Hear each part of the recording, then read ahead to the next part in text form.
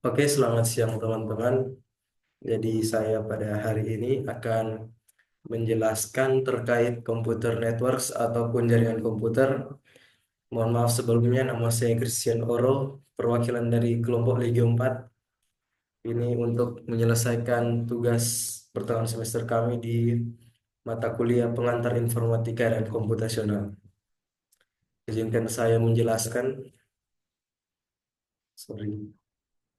Ya, jadi apa itu jaringan komputer? Jadi jaringan komputer itu dasarnya komunikasi antara device yang terconnected. Jadi komunikasi dalam konteks internet adalah interaksi antar node yang terhubung menggunakan kabel ataupun wireless. Jadi wireless ini bisa lewat udara ataupun signal radio. Komunikasi yang dimuat adalah sebuah paket berisi informasi yang dapat diolah oleh suatu node. Jadi apa sih itu node? Jadi node itu bisa terbagi menjadi dua. Ada node intermediary dan ada juga end node. Node intermediary bisa menjadi penengah antar koneksi suatu node. Jadi contoh end node itu adalah komputer, eh, printer, laptop, handphone, CCTV. Sedangkan intermediary node itu bisa router, bisa server, bisa switch, bisa cell tower ataupun satelit. Bisa dicatat kalau komputer dan laptop bisa diubah menjadi server. Jadi secara teknis itu bisa dihitung sebagai end node ataupun intermediary node. Oke, teman-teman, mari kita masuk kepada materi pertama, yaitu karakteristik dari suatu jaringan. Jadi apa yang di dalam materi ini kita mencakup fault tolerance, scalability, quality of service, dan security atau keamanan. Jadi apa itu fault tolerance? Fault tolerance merupakan kemampuan suatu network untuk tetap berjalan walaupun terjadi suatu error, tanpa terjadinya kehilangan layanan ataupun kegagalan total. Jadi fault tolerance itu pada dasarnya bagaimana suatu layanan itu bisa mengkompromi suatu kegagalan dari suatu node.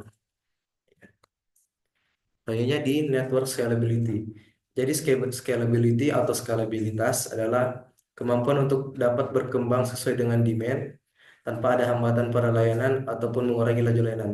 Ini bagaimana network disusun supaya ketika network ini diskala tidak menghambat laju layanan atau terjadi penghambatan sepenuhnya. Kita lanjut ke quality of service. Nah, jadi quality of service itu adalah bagaimana suatu network dapat mengatur prioritas layanan dan mengolah data trafik untuk mencegah paket loss dan atau mengurangi laju komunikasi. Sedangkan kita lanjut ke network security. Network security atau keamanan suatu jaringan adalah kemampuan untuk dapat menghadang unauthorized access, penyalahgunaan dan pemalsuan data oleh konsumer, sambil dapat memberikan kerahasiaan, integritas, dan ketersediaan layanan bagi pengguna. Mari kita lanjut ke dalam materi berikutnya, yaitu protokol dan communication. Jadi apa yang tercakup dalam protokol dan communication itu pertama ada data flow, yang kedua ada protokol dan communication type. Nah, apa itu data flow? Data flow adalah proses pertukaran data antar node. Itu simpelnya. Jadi bagaimana data bisa hubungan data antar node. Jadi contohnya simplex itu seperti hubungan keyboard dengan komputer, di mana keyboard dapat mengirim data kepada komputer, namun keyboard tidak dapat menerima data ke dalam komputer. Sedangkan half duplex itu multidirectional tapi tidak bersamaan. Contohnya seperti walkie-talkie, yang di mana suatu node dapat berkomunikasi antar dua arah namun tidak dalam waktu yang bersamaan. Sedangkan full duplex itu multidirectional dalam waktu yang bersamaan. Contohnya seperti telepon, yang di mana pengguna atau node dapat berkomunikasi dalam waktu yang bersamaan.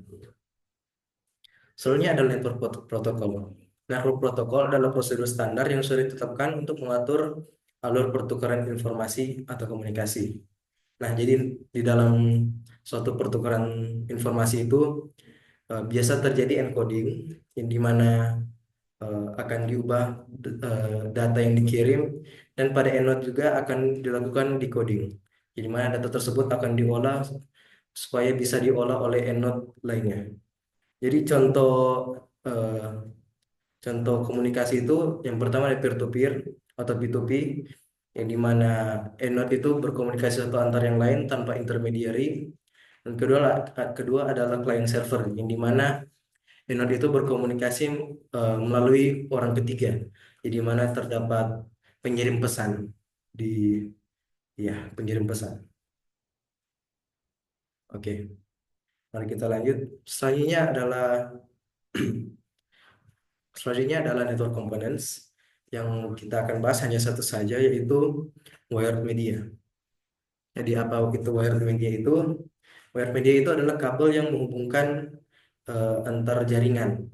Itu contohnya adalah Ethernet straight through cable, ada Ethernet crossover cable, ada fiber optic cable, ada coaxial cable, ada USB cable. Oke. Oke, selanjutnya kita masuk ke dalam network classification. Jadi apa yang dicakup dalam network classification itu ada satu, local area network atau LAN, ada dua, metropolitan area network atau MAN, dan ada tiga, wide area network atau WAN. Yang pertama, apa itu local area network? LAN adalah jaringan komputer yang terhubung lewat media kabel fisik yang pada umumnya hanya mencakup dalam satu tempat seperti kantor ataupun rumah pribadi. Jadi biasanya di dalam kantor itu bisa disebut suatu local area network, di mana komputer-komputer dan server-server yang terdapat dalam kantor akan terhubung satu sama lain. Selanjutnya adalah Metropolitan Area Network. Nah, Metropolitan Area Network ini adalah jaringan yang terbentuk dari beberapa gabungan LAN yang terhubung lewat kabel dalam jangkauan area cakupan metropolitan ataupun kota. Jadi intinya Metropolitan Area Network adalah LAN yang terhubung yang skalanya itu lebih kecil dari WAN namun lebih besar dari LAN. Jadi LAN yang tergabung satu sama yang lain dapat disebut Metropolitan Area Network.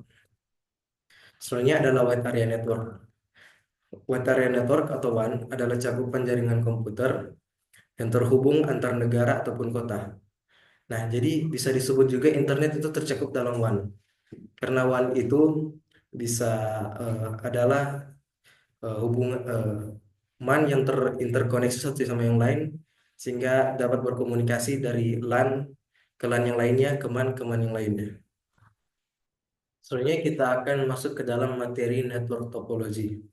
Jadi apa itu network topology? Network topology itu bagaimana suatu jaringan internet itu dapat terstruktur sebagaimana rupa dan bagaimana flow dari data itu dapat tersampaikan ke node yang lainnya. Jadi yang tercakup adalah bus topology, ring topology, star topology, mesh topology, dan hybrid topology yang akan saya jelaskan nanti. Yang pertama, apa itu bus topology? Bus topology adalah susunan jaringan komputer yang dimana semua node yang terhubung pada satu buah kabel yang bekerja searah atau unidirectional.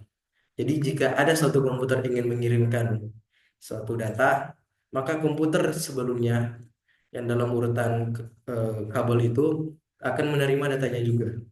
Jadi pro dan konnya itu ini tidak terlalu murah, tidak membutuhkan kabel yang banyak, namun eh, tidak keamanannya tidak terjaga. Selanjutnya ke ring topology. Ring topology itu dapat menyerupai bus topology yang dimana semua node terhubung satu sama lain dalam susunan ring. Atau bus topology itu ada end-node-nya, namun ring topology itu berputar seperti lingkaran. Nah, ring topology ini dapat bersifat unidirectional atau satu satu arah ataupun bidirectional atau dua arah, yang dimana bidirectional bisa lebih cepat. Selanjutnya adalah star topology. Star topology ini bersifat client server network yang dimana semua komunikasi dari node harus melewati intermediary atau yang sering dipakai adalah server sebagai intermediary. Yang dimana kalau suatu node ingin mengirim data ke node yang lainnya harus melewati intermediary. Yang dimana keamanannya lebih lebih bagus dibanding bus topology. Selanjutnya adalah mesh topology. Jadi mesh topology ini adalah yang disebut dengan peer-to-peer network. Semua node yang ada di dalam topologi mesh terhubung satu sama lain, sehingga komunikasi yang dilakukan tidak memerlukan suatu intermediari. Ya, jadi intinya setiap node itu terhubung dengan satu kabel satu sama yang lain. Selanjutnya kita akan membahas terkait IP address, yang dimana mencakup apa itu IP address, validitas dari suatu IP address, dan perbedaan IPv4 dan IPv6. Nah, IP address atau Internet Protocol adalah identifikasi yang dimiliki oleh setiap komputer yang dipakai untuk membedakan tiap node dalam suatu jaringan. Jadi pada dasarnya ini IP address itu berubah seiring lokasi. Jika kita pindah lokasi, maka IP address kita juga akan berpindah. Nah, kita lanjut ke validitas IP address. Jadi IP address itu dapat berubah sesuai pada lokasi seperti yang tadi saya bilang, di mana komputer tersambung pada jaringan. Jadi sesuai dengan jaringan yang node kita terhubung. IP address yang ditentukan dapat ditentukan secara manual ataupun dinamis. Maksudnya dinamis itu ditentukan otomatis oleh server yang terhubung. Sedangkan manual itu kita yang menentukan sendiri angkanya. Nah, IPv4 dan IPv6. Jadi apa perbedaannya? Nah, jadi format validitas IPv4 dan IPv6 adalah berbeda. IPv4 direpresentasikan dengan angka desimal dalam format 4 oktet dengan maksimum 32 bit, seperti contoh yang akan saya tunjukkan. Sedangkan IPv6 pada sisi lain menggunakan format 128 bit hexadecimal address space seperti yang contoh yang akan saya tunjukkan. Nah, kita sudah mencapai di akhir di materi kita, yaitu MAC address. Jadi di MAC address ini kita akan membahas terkait apa itu MAC address dan perbedaan IP dan MAC address. Jadi apa itu MAC address? MAC address itu digunakan untuk mengidentifikasi suatu node. Namun jika diibaratkan, MAC address bisa dikatakan nama dari suatu node. Dan apa perbedaan MAC versus API? Jika IP address adalah identifikasi suatu node berdasarkan lokasi, maka MAC address adalah nama tetap dari node tersebut. Nah, intinya IP address itu diidentifikasi menurut lokasi, sedangkan MAC address itu identifikasi tetap atau nama yang sudah ditentukan tetap oleh produk node tersebut. Ya, mungkin sekian saja presentasi dari saya, teman-teman. Mohon maaf jika ada salah kata. Eh, Terima kasih telah mendengarkan.